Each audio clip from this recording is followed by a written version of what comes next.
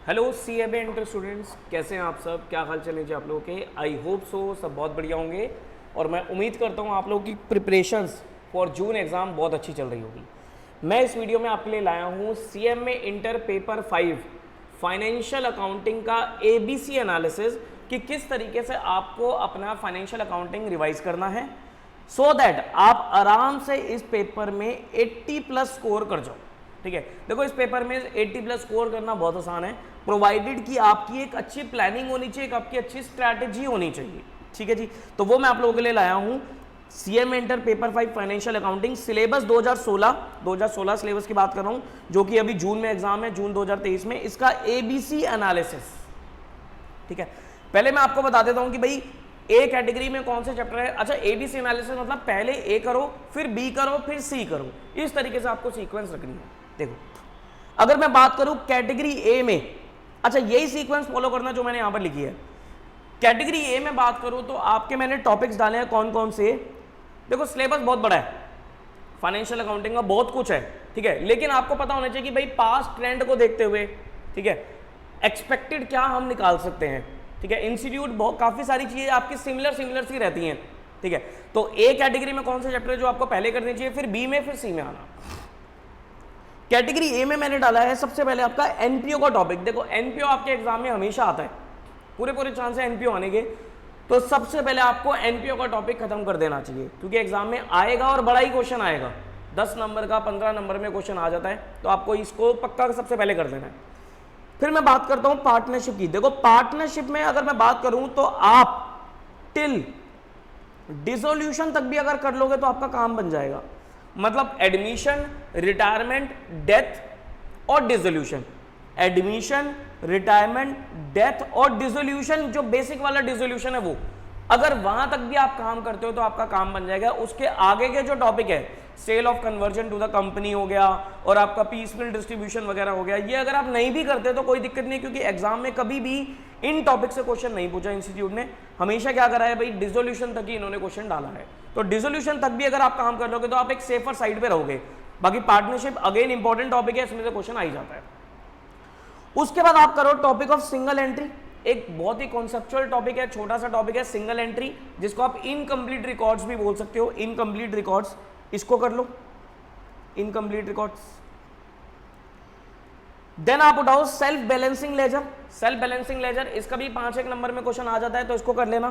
फिर royalty account, then insurance claim. ठीक है, तो ये एक कैटेगरी के मैंने आपके टोटल मिला के 6 चैप्टर डाले हैं, NPO, partnership, single entry, self balancing ledger, royalty account और इंश्योरेंस क्लेम। सबसे पहले इनको निपटा देना अच्छे से।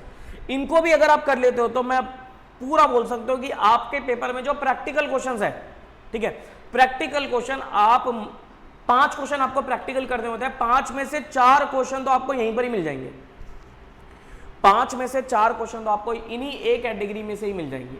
ठीक है जी। उसके बाद कैटेगरी बी।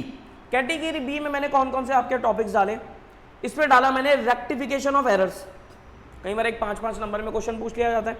फिर आपका final accounts of sole proprietor, ये भी आ जाता है क्वेश्चन, फिर इसको करना। देन आप करना bills of exchange, hire purchase, departmental account and branch accounts. ठीक है, मतलब बी कैटेगरी में आपको इन टॉपिक्स को डालना है। कौन कौन से, rectification of errors, final accounts of sole proprietor, bills of exchange, hire purchase, departmental account और ब्रांच अकाउंट। बी कैटेगरी के चैप्टर जो आपको सेकंड सीक्वेंस में लेकर आने। उसके बाद आता है आपका कैटेगरी सी। कैटेगरी सी में मैंने डाला, जो आप देख लेना, टाइम हो तो कर लेना, अगर आप इनको नहीं भी करोगे तो भी इतना रिस्क वाला मामला नहीं है।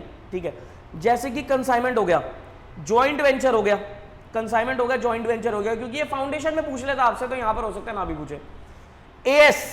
एएस, अगर आप देखो एएस नहीं भी करते ना तो कोई ऐसी दिक्कत वाली बात नहीं। ठीक है, और अगर एएस आप कर रहे हो तो एएस में सीक्वेंस यही लगाना, एएस 2, 7, 9, 10 और 1। पहले एएस 2, फिर 7, फिर 9, क्योंकि ये 3 एएस आपके ज्यादा इंपॉर्टेंट रहते हैं, 2, 7 और 9, ये 3 एएस पे इंस्टीट्यूट ज्यादा क्वेश्चन पूछते हैं। बाकी 10 और 1 ये थोड़े लीस्ट इंपॉर्टेंट एएस में आ जाते हैं।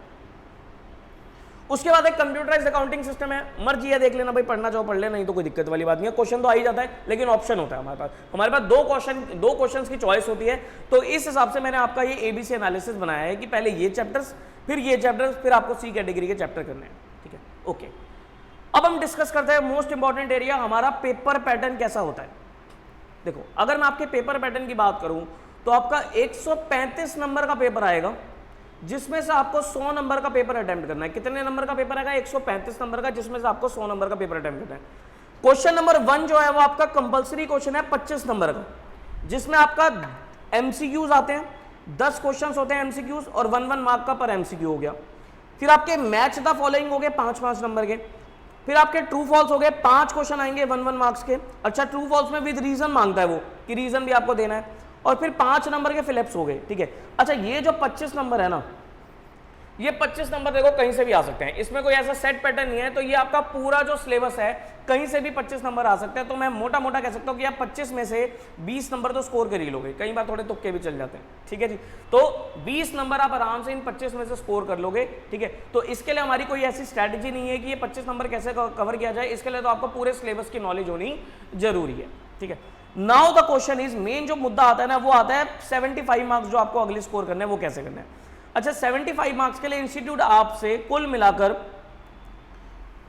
7 क्वेश्चन पूछ रहा है। 7 में से कोई भी आपको 5 क्वेश्चन करने हैं और 15 मार्क्स ईच, मतलब 2 क्वेश्चन चॉइस में छोड़ने का आपके पास ऑप्शन है, ठीक है। अच्छा, 15 नंबर में इंस्टीट्यूट कैसे पूछ सकता है? इसको 15 नंबर के क्वेश्चन को 2 पार्ट्स में डिवाइड कर सकता है, 10 और 5 नंबर में, 8 और 7 नंबर में, या पूरा एक फुल फ्लेज 15 नंबर का भी क्वेश्चन पूछा जा सकता है। तो ये इसकी बाइफर्केशन रहती है, ओके।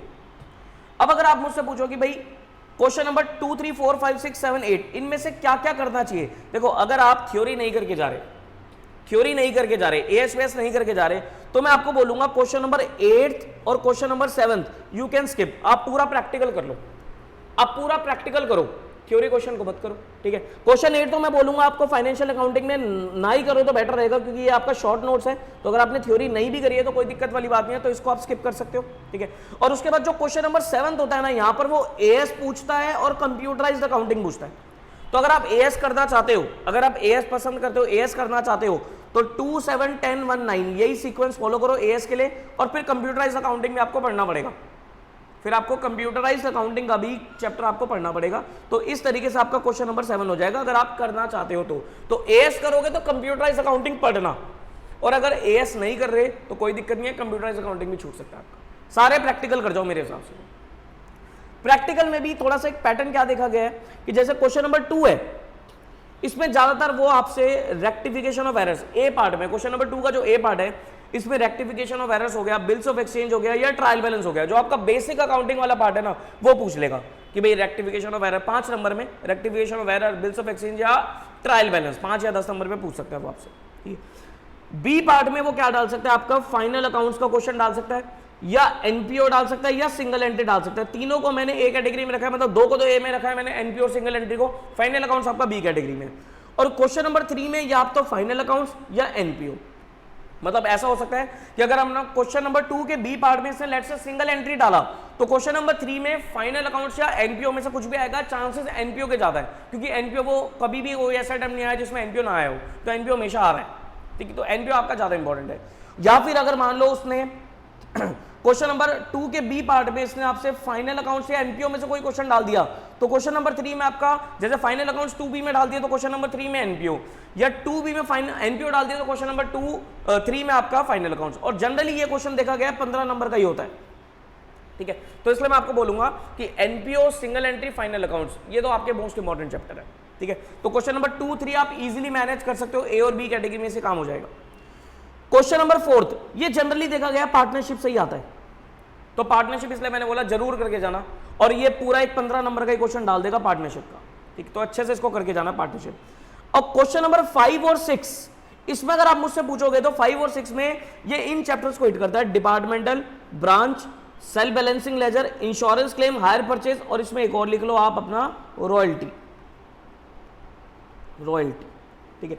तो मतलब मेरे जो बी कैटेगरी वाले चैप्टर है ना, जो बी कैटेगरी वाले चैप्टर मैंने डाले हैं वो आपके यहां पर डाल दिए क्वेश्चन नंबर 5 और 6 में, department, branch, self balancing ledger, insurance claim, hire purchase और आपका रॉयल्टी, ठीक है। तो अगर आप देखो ये आपका पेपर पैटर्न है, इस तरीके से पेपर होगा, तो मैं आपको क्या रिकमेंड करूंगा कि क्वेश्चन 2 तो करना ही करना है, क्वेश्चन 3 भी करना है। तो मतलब NPO, final account, single entry और आपका रेक्टिफिकेशन और बिल ऑफ एक्सचेंज हो गया, ट्रायल बैलेंस हो गया, इनको अच्छे से कर जाओ। 2 3 तो पक्के हो गए आपके। 4 ये भी करके जाओ, पार्टनरशिप भी करके जाओ अच्छे से, तो आपका पार्टनरशिप भी पक्का हो गया। अब आपके पास बचता है 5 6 7 8, 5 6 7 8, ठीक है। तो देखो अगर आप एएस कर रहे हो, अगर आप एएस कर रहे हो तो आप फिर क्या करोगे, 7th क्वेश्चन करोगे, ठीक है। लेकिन आपको देखो 5 और 6 में फिर आपको ये टॉपिक तो पढ़ने ही पड़ेंगे ना। अगर आप एएस कर रहे हो, ध्यान से देखो, अगर आप एएस कर रहे हो तो आपको department, branch, self balancing, insurance, hire पे रॉयल्टी ये पढ़ने तो पड़ेंगे, क्योंकि 5 और 6 इनमें से कोई ना कोई अटेम्प्ट करना पड़ेगा, ठीक। तो 5 और 6 के लिए आपको ये सारे पढ़ने पड़ेंगे। तो मैं तो रिकमेंड करूंगा ना आपको कि भाई एएस और ये शॉर्ट नोट्स तो करो ही मत, मेरे हिसाब से शॉर्ट नोट्स नहीं बनते करते हैं आपको, क्योंकि प्रैक्टिकल पे ज्यादा ध्यान दो, ठीक। फिर आपको एएस मेरे हिसाब से अगर आप नहीं भी करते तो कोई दिक्कत वाली बात नहीं है, ठीक है। बाकी देखो मैं डिस्क्लेमर दे रहा हूं कि पेपर मैंने नहीं बनाया है, मुझे नहीं पता इंस्टीट्यूट क्या करेगा, कभी भी चेंज भी कर सकता है, प्रोफेशनल एग्जाम है, चेंज हो सकता है, ठीक है। मेरी बातें तो सिर्फ मैं आपको रिकमेंड करना हूं, करना ना करना वो आपके ऊपर है, मैं तो सिर्फ आपको रिकमेंडेशन दे रहा हूं कि ऐसा कर सकते हो, ऐसा कुछ स्ट्रिक्ट नहीं है कि यही करो। हमेशा मैं तो यही बोलता हूं कि भाई पूरा ही कोर्स करो, छोड़ो कुछ मत, ठीक है। लेकिन हाँ थोड़ा हम एनालाइज करके चल सकते हैं, ठीक। तो मैं आपको यही बोलूंगा कि भाई मेरे ए और बी कैटेगरी के चैप्टर्स भी अगर आपने अच्छे से कर लिए तो भी आप बड़ी आराम से इस पेपर में 80+ नंबर लेके आओ, ठीक है जी। तो ये मेरी तरफ से एक एबीसी एनालिसिस था ऑन फाइनेंशियल अकाउंटिंग। कोई भी डाउट आता है तो आप वीडियो की कमेंट में आप कमेंट कर देना, ठीक है। और वीडियो अगर पसंद आती है तो लाइक करना, सबके साथ शेयर करना, और चैनल पे नए और सीएमए की अपडेट्स चाहते हो तो भाई चैनल को सब्सक्राइब करके चलना।